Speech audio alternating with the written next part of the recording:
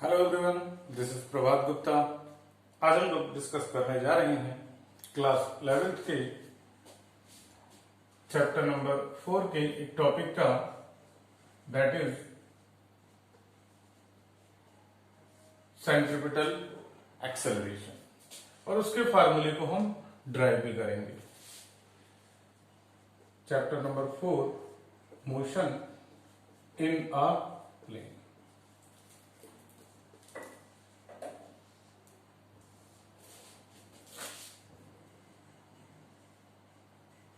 Motion in a plane. Okay, देखिए बात चल रही है सेंट्रीपिटल फोर्स की। सेंट्रीपिटल फोर्स या सेंट्रीपिटल एक्सेलरेशन की बात हम करते हैं हमेशा जब हमारा ऑब्जेक्ट किसी सर्कुलर पाथ को ट्रेवल करता है। तो जैसे अगर हम बात करें कि आपका जो ऑब्जेक्ट है वो एक सर्कुलर पाथ को ट्रेवल कर रहा है। जब ये सर्कुलर पाथ को ट्रेवल करता है तो हमने ये बात नोटिस की है कि इस पर सेंटर की तरफ एक फोर्स, कह सकते हैं एक्सेलरेशन लगता है, that is called centripetal acceleration.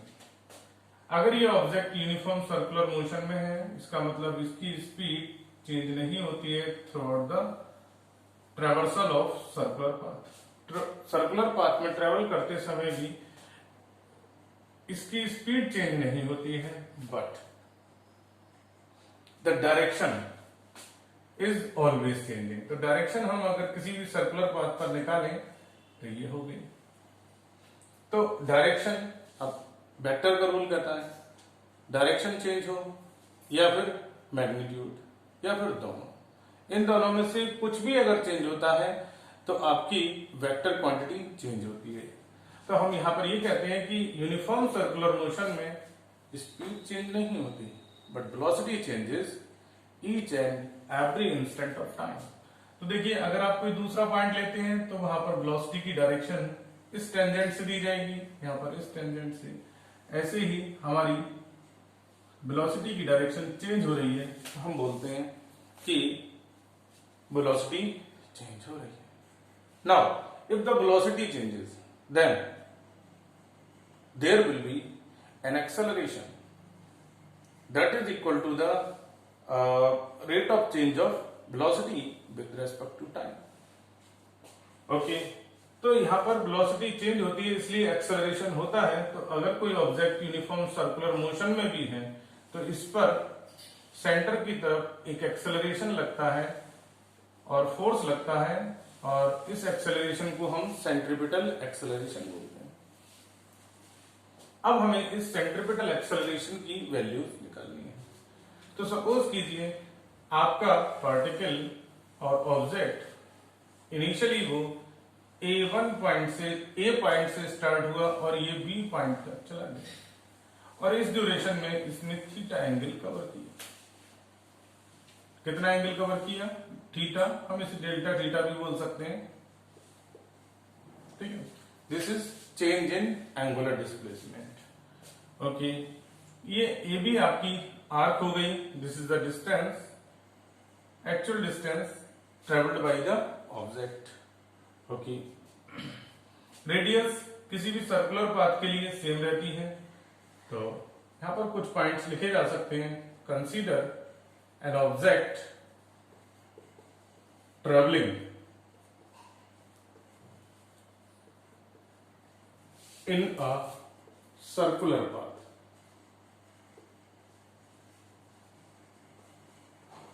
having radius r.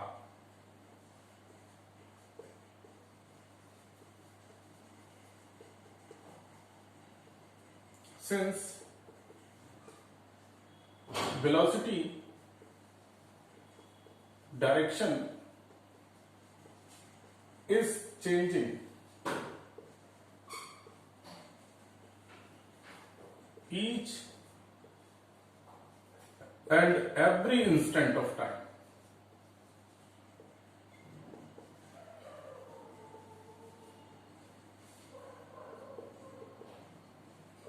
hence there will be an acceleration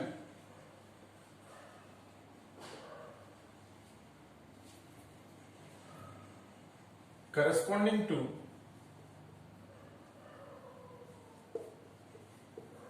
this relative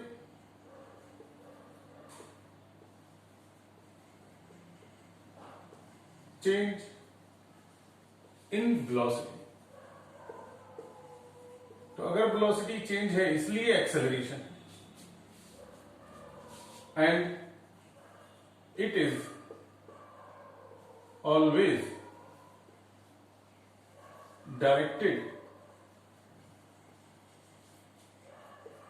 towards the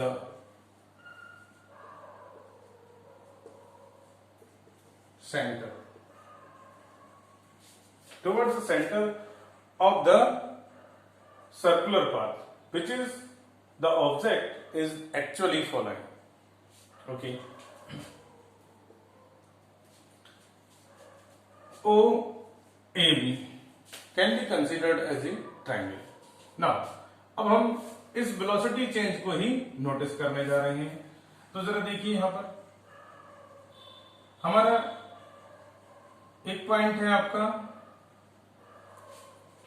P ले लीजिए, ओके। दूसरा पॉइंट है हमारा Q,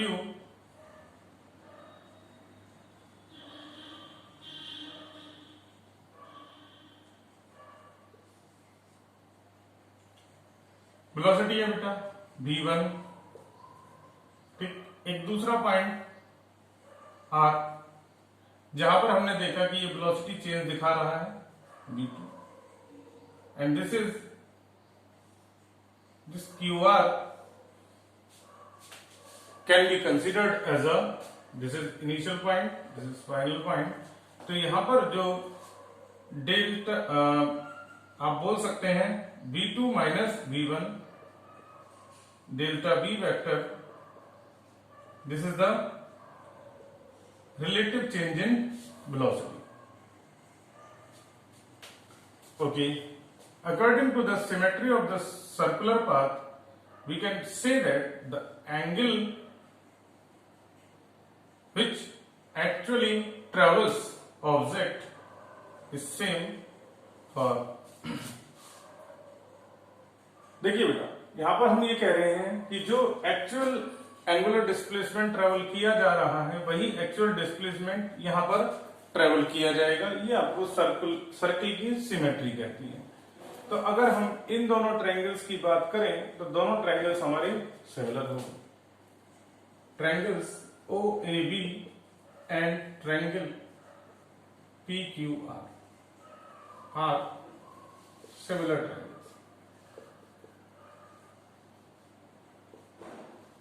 और सिमिलर ट्रायंगल्स की प्रॉपर्टीज हम लगा सकते हैं। तो सिमिलर ट्रायंगल की प्रॉपर्टीज होती हैं कि sides are directly proportional to each other. तो अगर हम बात करें पहली साइड की तो फर्स्ट साइड है आपकी PQ और OA हम आपस में ले सकते हैं, इज इक्वल टू ये आर्क, इस पहले हमने ये ट्रायंगल लिया है, इसमें ये QR और यहां पर हम ये AB कंसीडर कर सकते हैं दूसरे वाले ट्रायंगल के लिए। ये साइड्स आपस में एक दूसरे के प्रोपोर्शनल हैं। ये वाली साइड PQ OA के प्रोपोर्शनल है, PR OB के प्रोपोर्शनल है, और ये जो QR बनती है that is proportional to AB। Now PQ कितना है हमारा? PQ अगर हम बात करें यहां पर मैग्नीट्यूड की, यहां पर हमने डायरेक्शंस भी ले रखी हैं, तो PQ का जो मैग्नीट्यूड होगा दैट विल बी V1, ठीक है। That is also equal to हम बोल सकते हैं मॉड ऑफ V2, क्योंकि स्पीड तो सेम है but direction is changing at every instant of time. Magnitude same है तो PQ इज इक्वल्स टू हम बोल सकते हैं PR is equals to V2। तो ये मैग्नीट्यूड है, no problem. Delta B vector का मैग्नीट्यूड हम डेल्टा बी से रिप्रेजेंट करते हैं, वेक्टर हटा दिया। ओके, ये हो गया आपका क्यू आर। अब हमने कहा कि ये सर्कुलर पाथ जिसकी रेडियस आर है उसमें ट्रेवल कर रहा है। तो अगर हम बात करें आपसे तो ओ ए कितना होगा, आर। अब बात आती है ए बी की, तो ए बी हम निकाल सकते हैं, ए बी आपकी आर है। और आर के लिए हम एक फार्मूला लगा सकते हैं, angle is equals to arc upon radius. Mensuration में आप सब लोगों ने पढ़ा होगा। तो आर्क इज इक्वल्स टू हो गया एंगल इनटू रेडियस। तो एंगल कितना है, डेल्टा थीटा, रेडियस है आर। तो A B is equals to हो गया delta theta into R. Okay, और हम इसे एक्चुअल डिस्टेंस ट्रेवल्ड भी कह सकते हैं और हम इसे एस से भी रिप्रेजेंट कर सकते हैं। तो S is equals to delta theta into R. चलिए, ये सारी वैल्यूज हमने निकाली। अब हम धीरे धीरे करके इनका यूज करेंगे।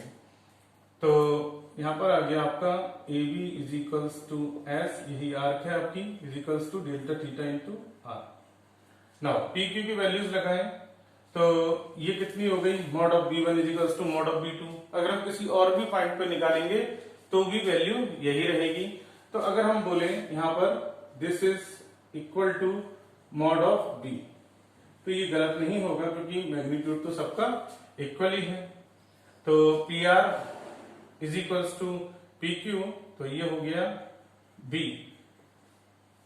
ओके, मॉड ऑफ बी या बी सिंपली बोले तो भी चलेगा,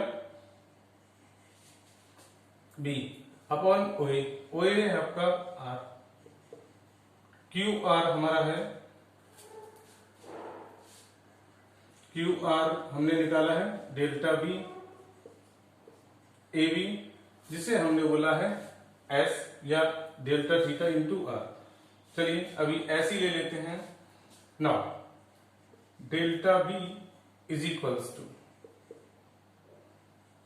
एस बी अपॉन आर, ये लिखा जा सकता है। नाउ अगर हम इसे टोटल टाइम से डिवाइड करें, टोटल टाइम से डिवाइड करें तो ये एक्सप्रेशन हो गया हमारा delta B over delta T is equals to S upon delta T into B upon are.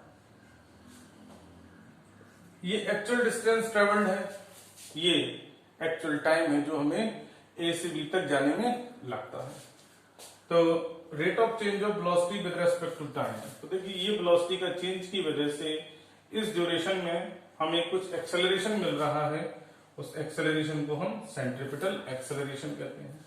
Distance upon time basically आप स्पीड बोल सकते हैं, B into B upon R. तो what is remaining there, B square upon R.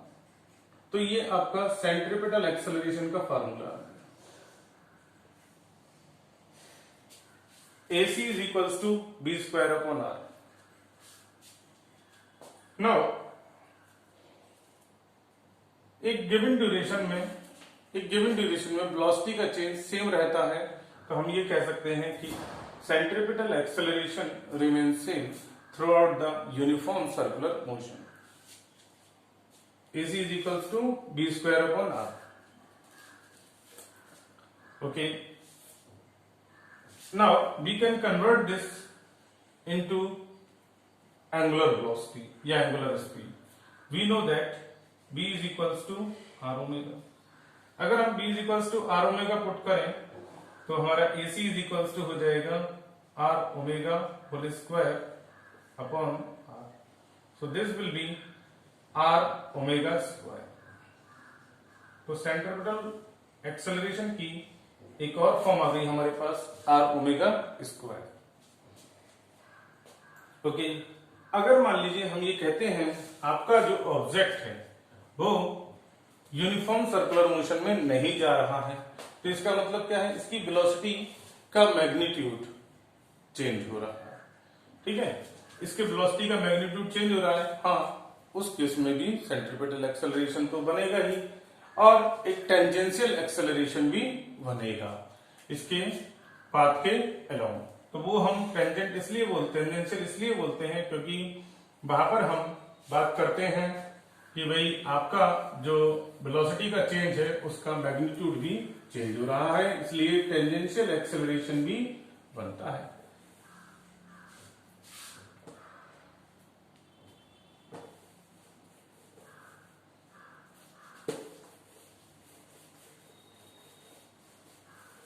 तो अब हम बात करेंगे नॉन यूनिफॉर्म सर्कुलर मोशन के लिए।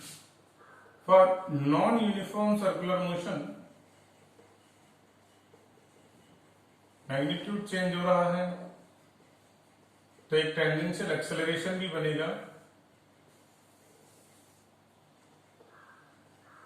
तो ऑब्जेक्ट पर जब ऑब्जेक्ट के पाथ के अलोंग जब हम एक टेंजेंट ड्रॉ करेंगे तो ये हमारा टेंजेंशियल एक्सेलरेशन हो गया AT, और ये हमारा रेडियल एक्सेलरेशन हो गया AC, centripetal acceleration. Both are inclined to each other at an angle of 90 degree. Then total acceleration is given by the vectorial sum. तो हमें यहां पर दोनों का वेक्टर सम करना पड़ेगा। तो net acceleration will B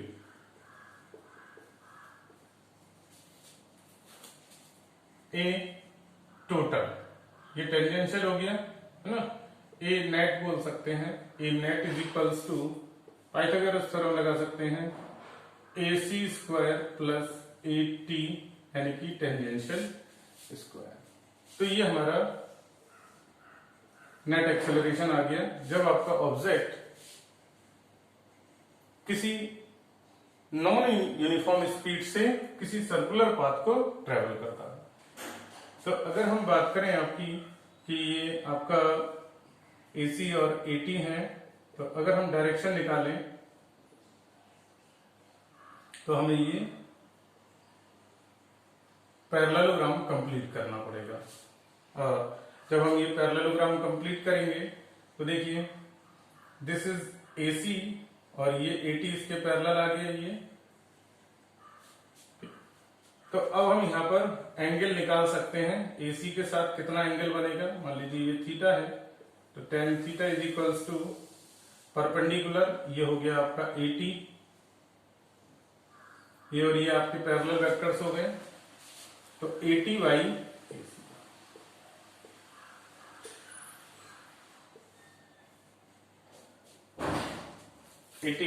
AC।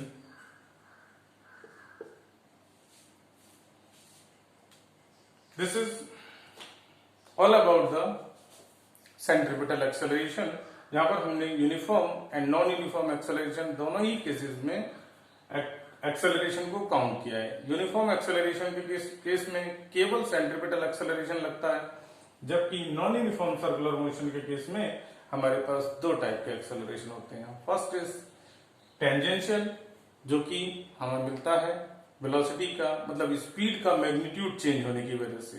तो अगर कोई भी एक चीज चेंज होती है तो भी हम बोलते हैं कि वेक्टर क्वांटिटी चेंज होती है। तो वेलोसिटी की डायरेक्शन, वेलोसिटी चेंज हो रही है, वेलोसिटी की डायरेक्शन भी चेंज हो रही है, ठीक। तो एक्सेलरेशन सेंट्रिपिटल एक्सेलरेशन तो बनता ही है, टेंजेंशियल एक्सेलरेशन भी बनता है। Net acceleration is given by Pythagoras theorem AC square plus AT square, और AC के साथ ये कितना एंगल बना रहा है ये हम निकाल सकते हैं।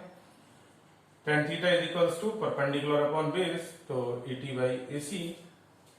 तो हम इस तरह से इस नेट एक्सेलरेशन की डायरेक्शन भी निकाल सकते हैं कि ये नेट एक्सेलरेशन AC के साथ कितना एंगल बना रहा है। Thank you everyone.